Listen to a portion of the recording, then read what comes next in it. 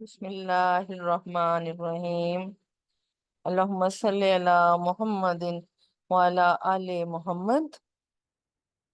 Dear students, आज का हमारा एसएलओ है formulate dissociation equation for an acid और बेस इन एक्वस सॉल्यूशन।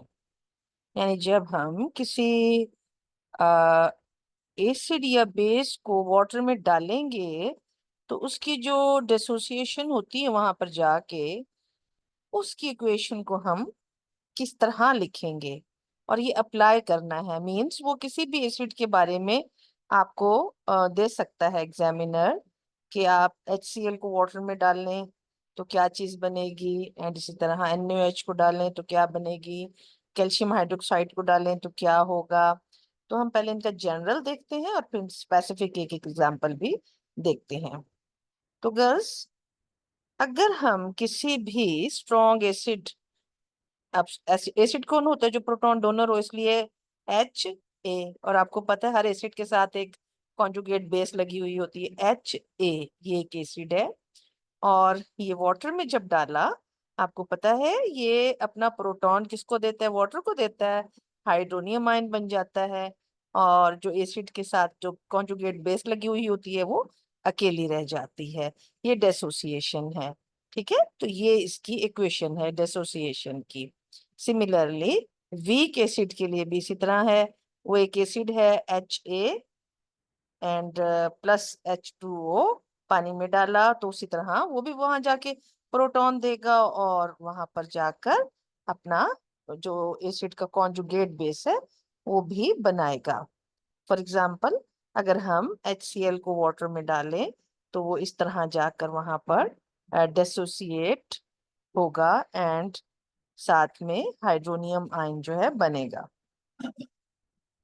अच्छा, इसी तरीके से अगर हम बेस के बारे में बात करें तो बेस को भी जब हम वाटर में डालते हैं तो अब बेस क्योंकि प्रोटॉन वाटर से एक्सेप्ट कर लेती है, प्रोटॉन पे क्योंकि पॉजिटिव चार्ज होता है तो ओवरऑल वो पॉजिटिव चार्ज इसके ऊपर आ जाता है। ठीक है, एंड जो प्रोटॉन क्योंकि वाटर से बेस ने एक्सेप्ट किया है, वाटर अब OH की फॉर्म में इधर रह जाएगा।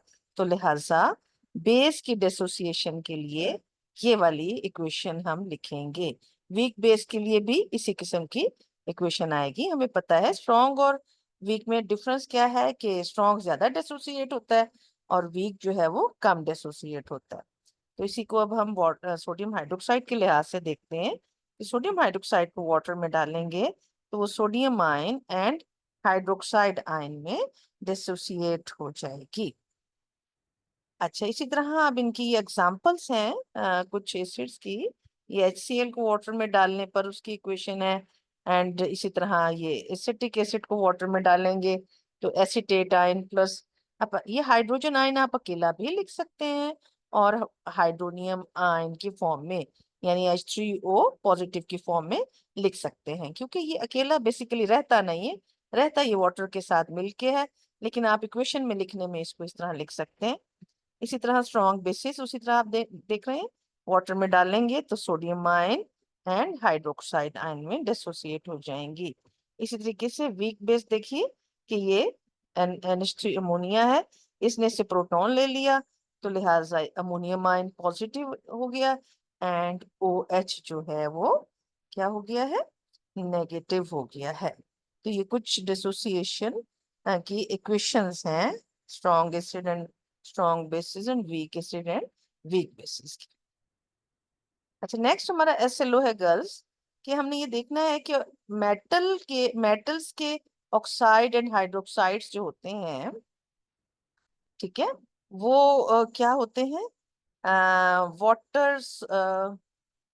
हमने देखना है कि मेटल्स के ऑक्साइड और हाइड्रोक्साइड जो होते हैं वो बेसिस होते हैं और जो वाटर में डिसॉल्व हो जाते हैं बेसिस, उनको हम अल्कलीज कहते हैं। अच्छा, सबसे पहले तो ऑक्साइड हम समझते हैं ऑक्साइड क्या होते हैं। ऑक्साइड बेसिकली गर्ल्स क्या होते हैं, ये बाइनरी कंपाउंड ऑफ ऑक्सीजन होते हैं। बाइनरी, बाय का मतलब दो, यानी एक तो एलिमेंट उस कंपाउंड में ऑक्सीजन होता है, दूसरा कोई एलिमेंट होता है। अब ये एलिमेंट देखिए, लाइक यहाँ पर ये एक ऑक्सीजन है, दूसरी कार्बन, तो ये एक ऑक्साइड है, ठीक है, लेकिन ये कार्बन का ऑक्साइड है।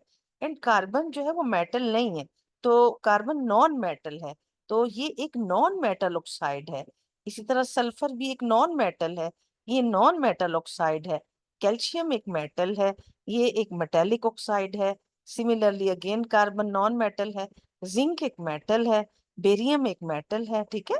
तो आप देख रहे हैं ये मैंने मिक्स करके ऑक्साइड लिखे हुए हैं, इसमें से नॉन मेटल ऑक्साइड भी हैं और मेटल ऑक्साइड भी हैं, ठीक है। लेकिन हमने ये देखना है कि जो मेटल के ऑक्साइड्स होते हैं, ठीक है, वो क्या होते हैं, वो बेसिस होती हैं। वाटर में जब उनको डिसॉल्व कर दिया जाए तो वो बेस बेस लाइक एक्ट करती हैं, बिल्कुल जैसे बेसिस एसिड के साथ रिएक्ट करके जो जो करती हैं, या बेसिस जो जो रिएक्शन करती हैं, वो ही ये ऑक्साइड्स भी करते हैं। अब देखिए, हमने देखा ऑक्साइड दो किस्म के हैं, metallic oxide and non metallic oxide. तो मेटल ऑक्साइड में लाइक ये हो गए कैल्शियम, जिंक, बेरियम वगैरह हो गए। जब इनको वाटर लाइक कैल्शियम ऑक्साइड को वाटर में डालते हैं तो वहां क्या बन जाता है, कैल्शियम हाइड्रो ऑक्साइड। यानी ये एक क्या बन गया, ये एक अल्कली भी है और एक बेस भी है। ऐसी बेस जो वाटर सॉल्युबल है उसको क्या कहते हैं, अल्कली। सिमिलरली अब आप देखिए जिंक हाइड्रोक्साइड, ये भी पानी में डिसॉल्व होकर अब ये अल्कली बन गया है। सिमिलरली ये बेरियम हाइड्रोक्साइड, ठीक है। तो ये वाले जो है हम हमारा एसएलओ इनको डील कर रहा है कि मेटेलिक ऑक्साइड जो होते हैं वो क्या होते हैं, metallic oxide and metal hydroxide वो बेसिस होते हैं। तो इसी को हम आगे अभी कंटिन्यू करते हैं। तो जी, metal oxides are compounds that consist of metal ions, ठीक है, एंड ऑक्साइड आयन। ऑक्साइड क्या होता है, जब ऑक्सीजन ने किसी से 2 इलेक्ट्रॉन लिए हुए हों, इस पे -2 चार्ज हो, इसको क्या कहते हैं, ऑक्साइड आयन, ठीक है। तो मेटल ऑक्साइड ऐसे कंपाउंड्स हैं जिसमें ये देखिए, ये एक मेटल ऑक्साइड Na2O, ठीक है, एक मेटल ऑक्साइड है। तो this metal oxide can react with water to form metal hydroxide. देखें, इस मेटल ऑक्साइड को हम वाटर में जब डालेंगे तो क्या बन जाएगा, मेटल हाइड्रोक्साइड। अब मेटल्स क्या है बच्चों, आपको याद होगा, फर्स्ट जो आपका ग्रुप था एंड सेकंड ग्रुप, पहले को हम अल्कली मेटल और दूसरे को अल्कलाइन अर्थ मेटल कहते हैं। और इसके अलावा आपको ये भी पता है कि आपके ट्रांजिशन मैटर्स भी हैं, inner transition outer transition matters भी हैं। तो लेकिन अभी आप जो है यहाँ पर फोकस ज्यादा करेंगे किन मेटल्स को, जो आपकी पहले दूसरे एंड तीसरे ग्रुप में मेटल्स हैं। तो आपने देखा कि मेटल ऑक्साइड को जब वाटर में डाला जाए तो वो क्या बन जाता है, मेटल हाइड्रोक्साइड, जो कि बेस के तौर पर, आपको पता है sodium hydroxide is a base, ठीक है। इसी तरीके से सोडियम ऑक्साइड वाटर के साथ रिएक्ट करके सोडियम हाइड्रोक्साइड, जो कि एक स्ट्रॉन्ग बेस है, उसको बना देता है, ठीक है। लेकिन बात ये समझने की है गर्ल्स, इसी तरीके से जो मेटल हाइड्रोक्साइड होते हैं, यानी जिसमें मेटल का आयन हाइड्रोक्साइड आयन के साथ लगा हुआ होता है, तो इनको हम क्या कहते हैं, मेटल हाइड्रोक्साइड। और ये वाटर में जाके मेटल आयन देते हैं और हाइड्रोक्साइड आयन देते हैं, और ये सॉल्यूशन को क्या बना देते हैं, बेसिक बना देते हैं। और उसी की एग्जांपल एक सोडियम हाइड्रोक्साइड ही है। आपने अभी भी देखी थी, ऑक्साइड को जब वाटर में डाला था तो हाइड्रोक्साइड बन गया था, तो वो ऑक्साइड था। और ये शुरू में ही हाइड्रोक्साइड, हम कह रहे हैं कि sodium hydroxide is a base, ठीक है। तो मेटल ऑक्साइड भी बेसिक होते हैं और मेटल हाइड्रोक्साइड भी बेस होते हैं। लेकिन अब यहाँ पर एक बहुत बात अहम समझने की है, वो ये है कि तमाम metal oxide and hydroxide strong bases नहीं होते। कुछ मेटल ऑक्साइड एंड हाइड्रोक्साइड जो हैं वो एम्फोटेरिक इन बिहेवियर होते हैं। एम्फोटेरिक अब क्या मतलब है कि वो क्या करते हैं, वो as an acid as well as an base जो है वो रिएक्ट करते हैं। For example, aluminium hydroxide is an amphoteric oxide जब ये hydroxide, it is an amphoteric hydroxide, अगर ये किसी बेस के साथ मिलेगा तो उस वक्त ये एसिड के तौर पर रिएक्ट करेगा, और जब किसी एसिड के साथ मिलेगा उस वक्त ये बेस बन जाएगा। तो यानी ये डबल एक्शन करता है।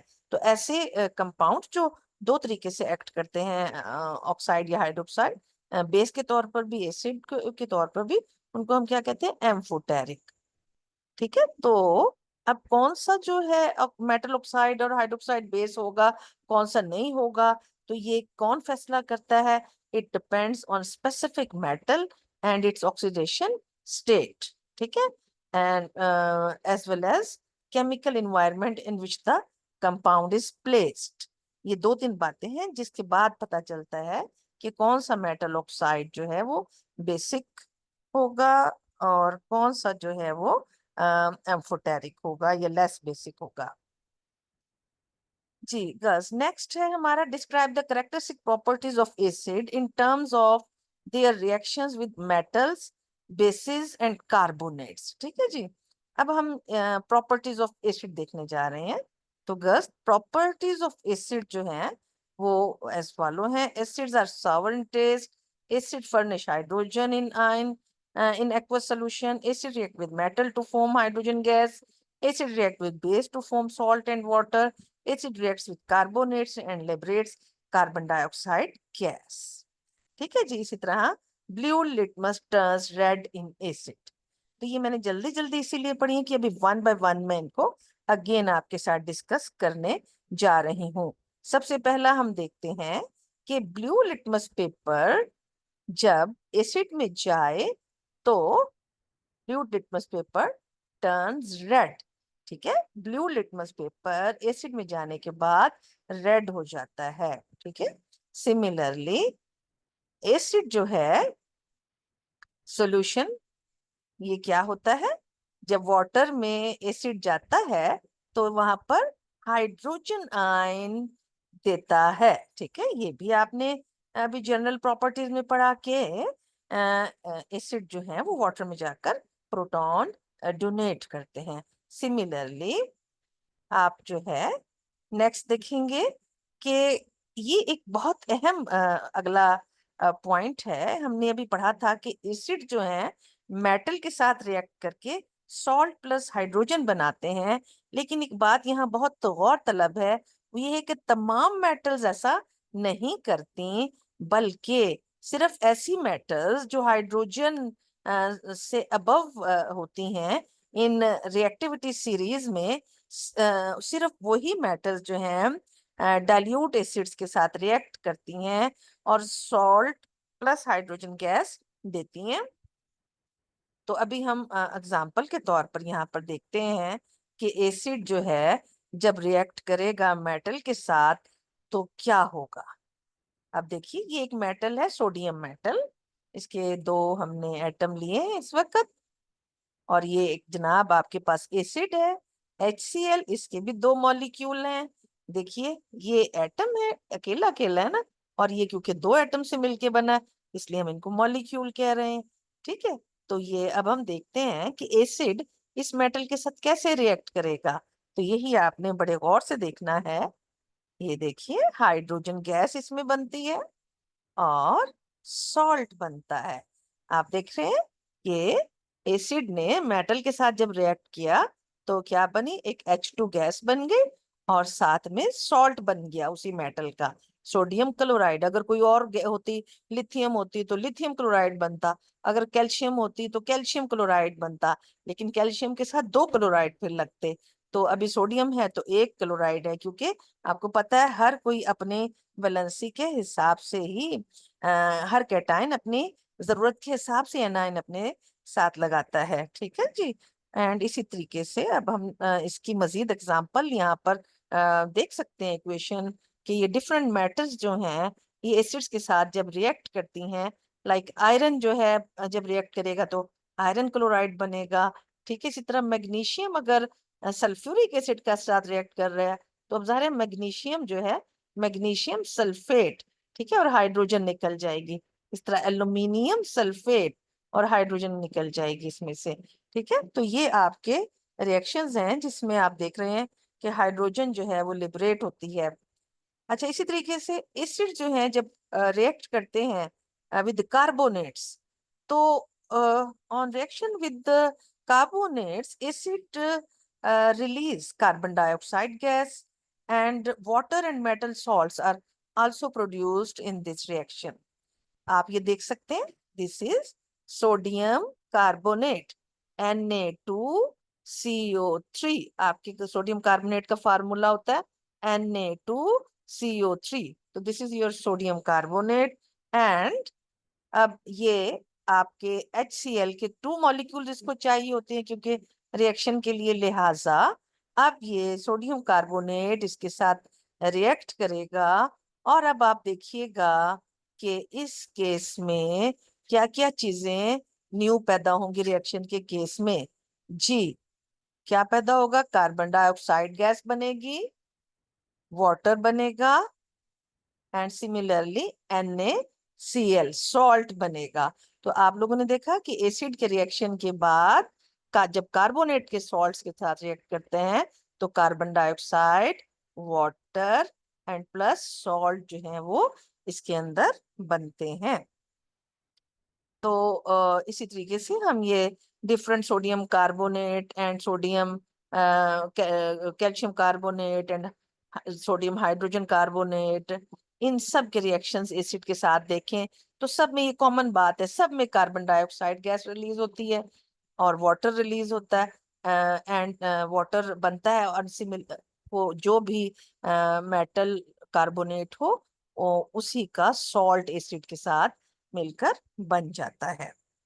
तो गर्ल्स, ये जो है इसका लास्ट है, एसिड जब बेसिस के साथ रिएक्ट करते हैं तो सॉल्ट एंड वाटर बनाते हैं। तो देखिए, ये आपके पास एक बेस है सोडियम हाइड्रोक्साइड, एंड ये आपके पास एक एसिड HCl है। तो अब जब ये रिएक्ट करेंगे तो व्हाट विल हैपन? वाटर बनता है प्लस सॉल्ट बनता है। ठीक है, तो ये एक न्यूट्रलाइजेशन रिएक्शन कहलाता है क्योंकि इसके नतीजे में वाटर बन रहा है जो एक न्यूट्रल कंपाउंड है। तो ये आपका गर्ल्स आज का जो है जो लेक्चर है, इसमें आपकी असाइनमेंट है, आप लोगों ने इसको करना भी है एंड सबमिट भी करवाना है। तो this is all for the today's lecture. तो अब हम अपना फिनिश